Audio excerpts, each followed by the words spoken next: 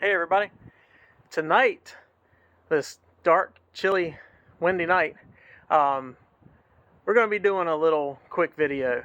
I got this car from a state that required the front license plate, and I just don't like the look of that. Plus it looks like somebody ran a screw in it that went too far, so it actually cracked it. So what I have done is, with my latest batch of parts, I have the replacement panel for that. This is a very simple repair, or very simple switch. It is literally 2 screws. You've got your first screw, that is right here, and then your second screw is on the other side.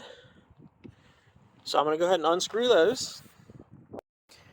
And then once you get those 2 screws both taken out, this panel will just lift up and rock out of place. And you're going to hook the new panel on these hooks here, and then you also have 2 slots down here that it will have to slide into.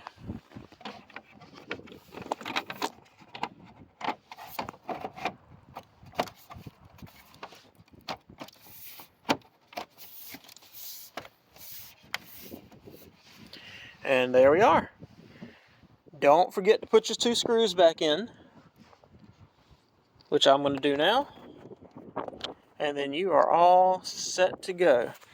This can also be used if you are in a state that, if you are going to a state that does require that license plate on the front.